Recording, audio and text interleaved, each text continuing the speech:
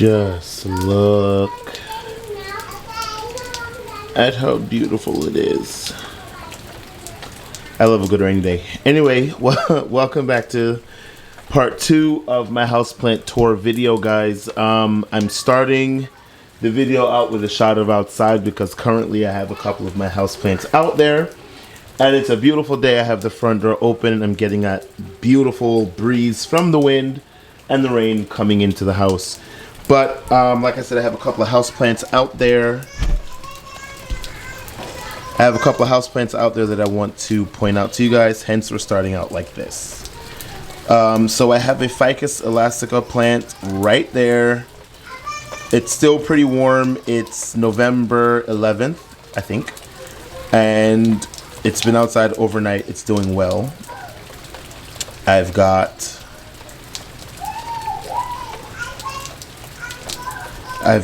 two. I can't remember the name. What are those? Jeez. Okay, I have 2 of those things. I don't remember what they are. When I remember, I'll pop their name on the screen. And you can't really see it. Wait, let me open the door.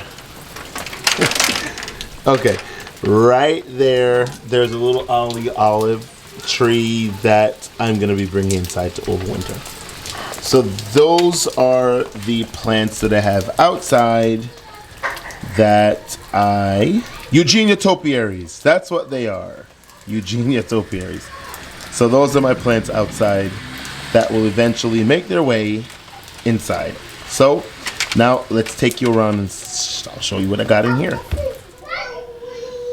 Alright, so let's start off here by the front door. Alright, so let's start off here by the front door. I have my beautiful mom there from when she was, I think, a teenager. There's my firstborn son and my darling, precious mom bear back there. So, but they're not the focus. So, right here beside the box of tulips that I still need to plant, I have a little multi-planter that was gifted to us for our anniversary by some dear friends of ours. There's a pothos in there. There's a Dieffenbachia in there. And there's a couple other things that I don't know the names of, but I'm kind of familiar with. So, very soon, if I feel like it, I'll be pulling it apart, potting them up separately, or moving them to other planters around the house. But I got that back in July, and it's still kicking butt. So these are all relatively low light plants, and I've moved them around in different spots in the living room, but for right now, that's where they are because of the Christmas decorations that I've got going on, and they've been rocking and kicking butt since July. So I'm not sure if I want to pull it apart, but we'll see. Moving over to here, this is a little side table that we have here in the living room, and I have this Calathea. I forget the exact botanical name, but I'll pop it up on the screen. I've had this plant for going on 3 years now, and some people say that this is really finicky, but for me it's not. It's lived right here. It's in just a little small plastic pot that has no drainage. And what I do, this is a eastern exposure window, and I rotate it probably once a month all year long. What I do is when it needs to get watered, like literally the leaves will flatten out and it'll splay, and I'll dump water on it and it'll perk back up within a few hours. When I put too much water on it, this is what happens. So, I mean, it doesn't skip a beat relatively. When the leaves curl up and dry off and die, I just pick them off and keep it moving. So for me, this is a really easy plant, and I love it. And it's I've noticed that the plants that I keep here in the living room, they last extremely long. Like, I have them for years. In other areas of the house, not so much.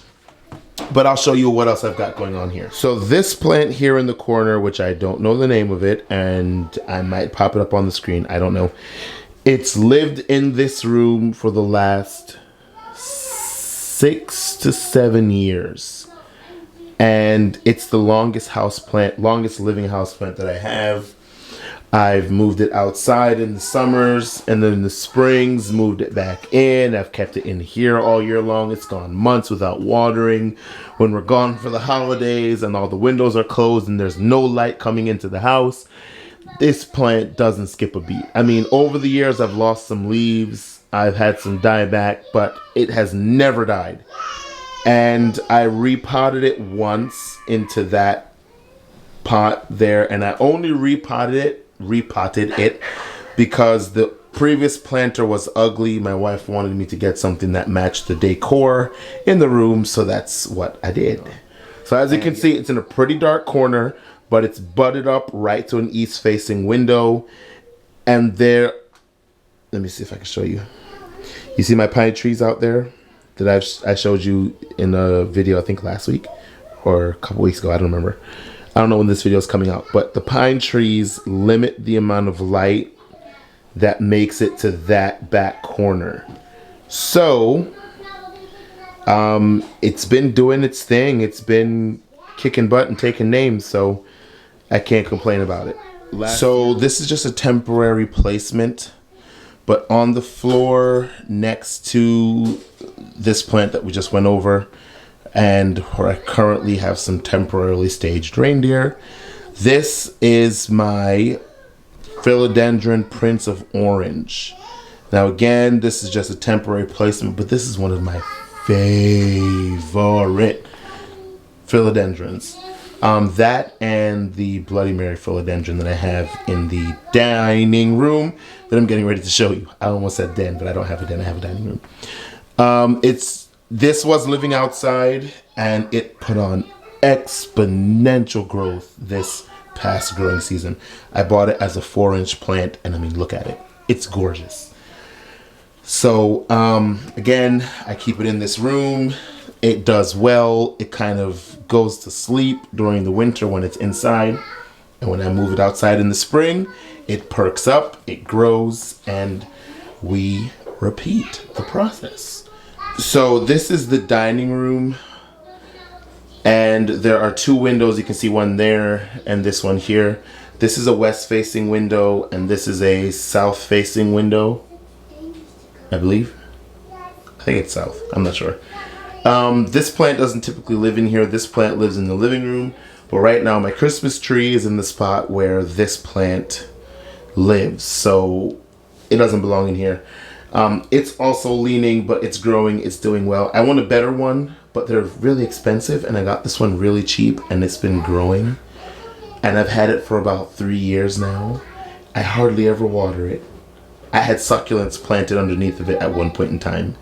And just to show you like my complete neglect in terms of care and what have you.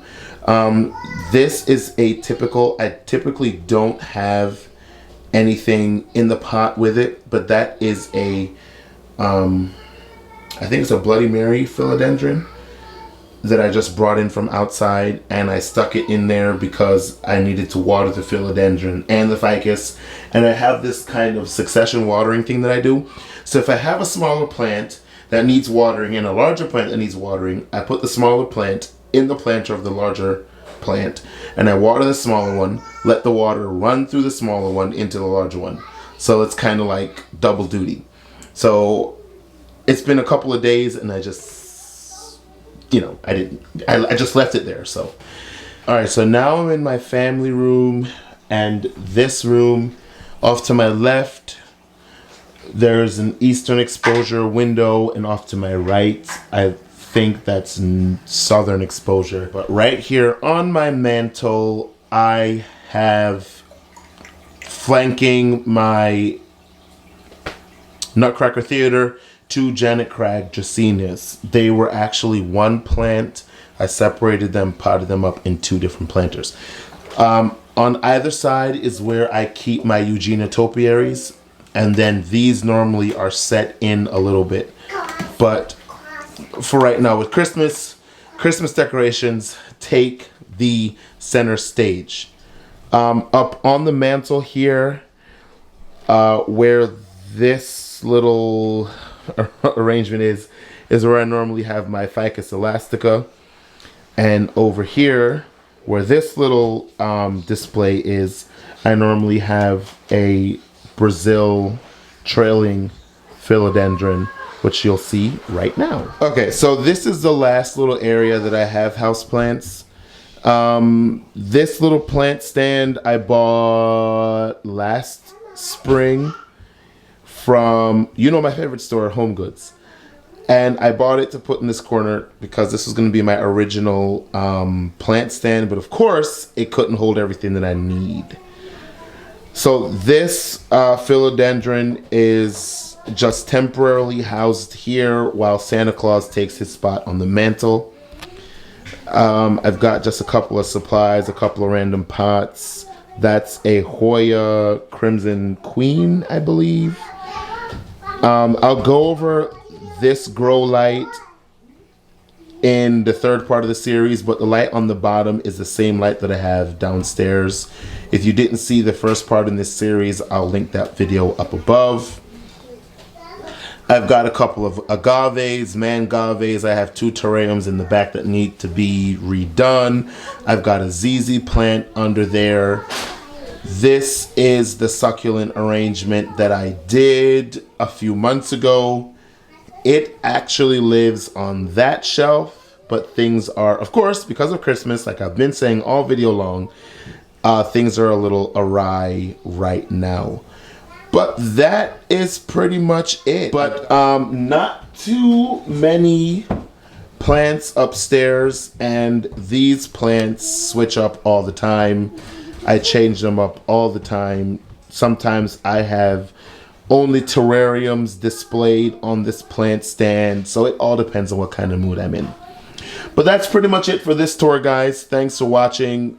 Stay tuned for part 3, where I'll go over all of my care tips, my lights, humidity, watering, all of those good stuff. We'll sit down together and go over that in part 3.